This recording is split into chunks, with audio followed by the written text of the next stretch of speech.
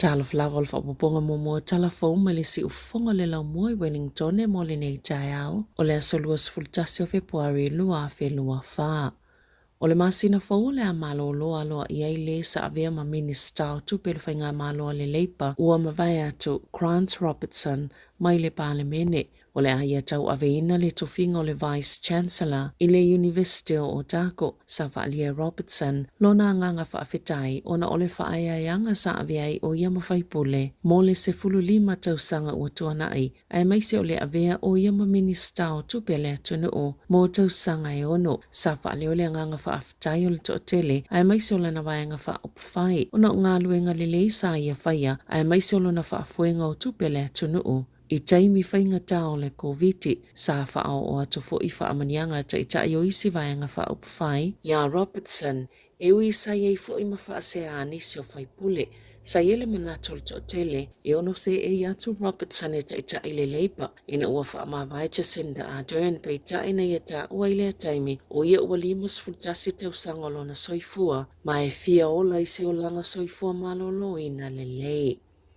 Ua filifilia le tamaita i whaipule mai le ito malo o mana le sunga Barbara Edmonds e avea masa upo le leipa mom ta uptau tupe e suitu langa ia Grant Robertson tasi le tausanga talo na iai i le palemene e whaingoe Christopher Luxon o le tamaita i whaipule leo le leipa e mana au e iai lana vaenga o na e matua ata mai tele mai fiafia tele ia na ngaluenga whai pe o na lipatia i le New Zealand Herald i a te se malua whelua tasi o Februari i le lua whelua tolu na filifilia i Edmonds se avea ma minista langolango mo ngaluenga toia atia e mai lea whao ka pelielu to fie suitu langa ia Stuart Nash o le minista o le atina enga o le tamao ainga sa filifilia e avea ma minista o tupe maua ina ua whaamawai David Parker ma to fie suitu langa ia Kerry Allen o le minista langolango tupe na ua tula i maini whaafitauli i lea whaipule au avea Edmonds ma minista sa auto wa amaile si ufonga le laumua mo whaatalanoanga i ngaluenga whai a le malo.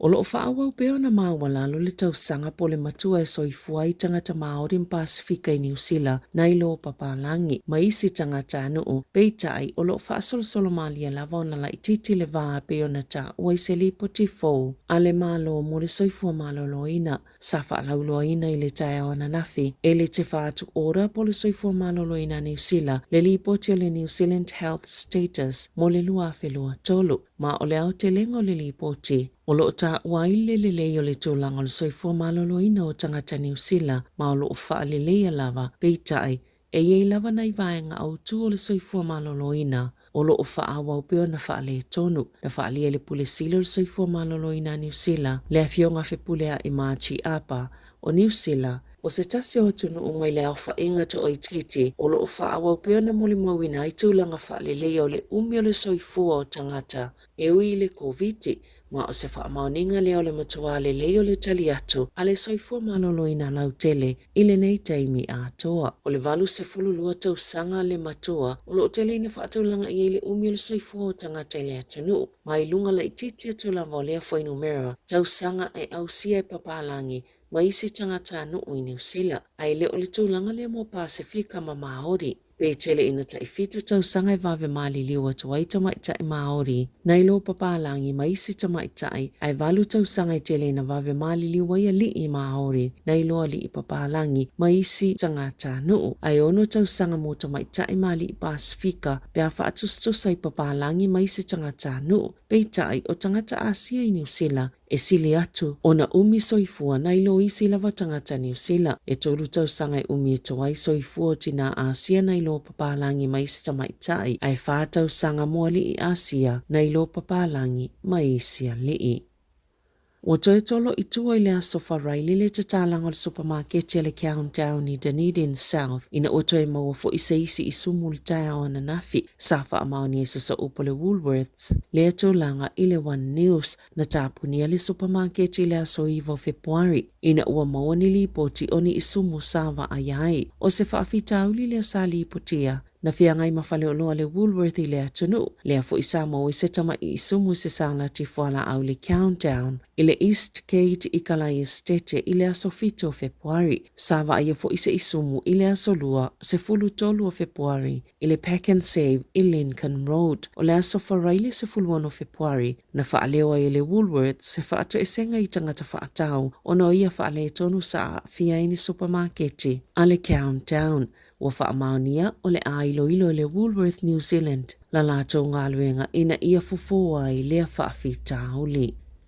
E valuma sine o whaafale pui ai ilona ainga Stephen Cram Burton ono se fulu tau sanga le matua pe ona ieli whaamasino le asoana nafi mo o whaatonuina e totongi le se lau lima se fulu awhita la ile aingo le li ka moto Craig Johnston na maliu Johnston lima tolu tau sanga I se awhianga ilona whatu ina ua sipaka I se waya sale I sao na whaapipi I se whale inele soni I a mati lua awhi lua se fulu mai se ngaluenga na whaie Burton Ua whaatonuina e totongi vavele lima se fulu awhita la a ia totongi le se lau awhita la pe a umana whaatau atu isi ana a seta. Na tā ua le whaamasino e tā ua le whailo atolfe au I se tangata I le leo na whaatino la tau ngā luenga. E whaia lava le whaamasino nga le whaiunga tāla whea ngai. I ni tu ainga tangata I le ato o toa na whaatino a la tau ngā luenga.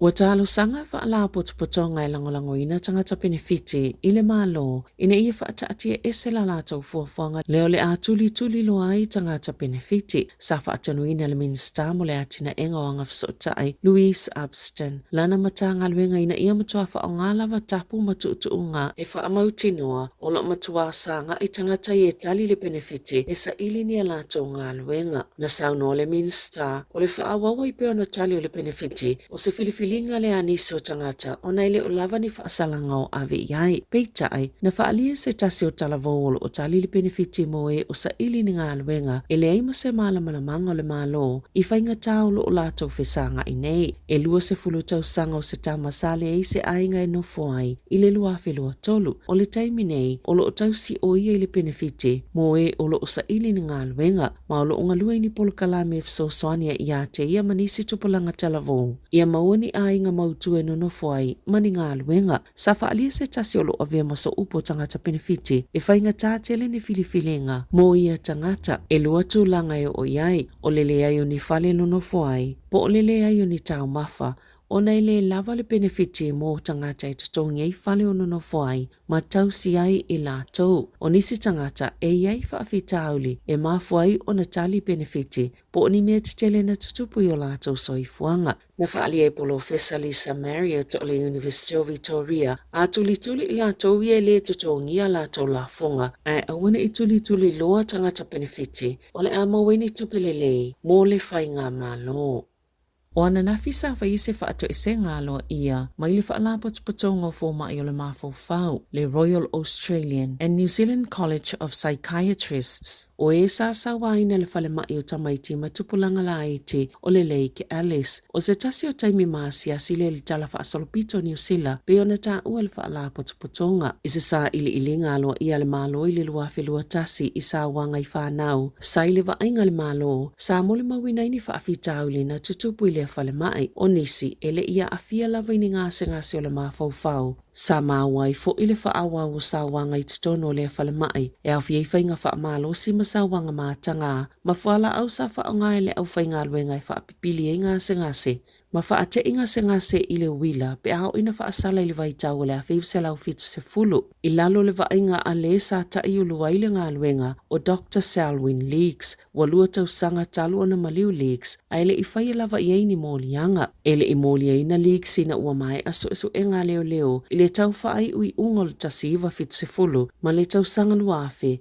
aina fa ato ese leo I se taimi muli ane ona olele ato o toa lato suenga ina ua mai ale suenga lo na tolu na fa amaoni ai leo le fa iunga le lua felua tasi e walata ina maliu Leaks I le iwa se fulu ona tau sanga e fa apea ua lava moli mau e moli ai peitai sa le tala fea ngailo na malosi e tali ai I sona fa amasinonga wa vala au I lato sa fa asau ina mai le fale mai ina ia vawe fai le malo ni taui mo I lato. I ta'alonga, O le soe a matai le taʻamilasanga o taʻalonga kilikiti le vā o le aua New Zealand le Black Caps ma le aua Ausitalia le malai taʻalo i Wellington. E tolu taʻalonga whaavāmalo le T20 po o taʻalonga e taʻilua se fulu ova o le a taʻalo ai au e lua. Wa taʻaue whaapea o le a whaatoa atoe aia leo le tumo le malai o le Wellington Stadium mo taʻalonga kilikiti. Talo mai le ipo lalangi o le kilikiti i le lua fulu lima. E a matale taʻalonga i le se fulu minute e te aile fitu i le afia na nei. Ma o le a whaasalalau tu usao i lunga o le TV tasi.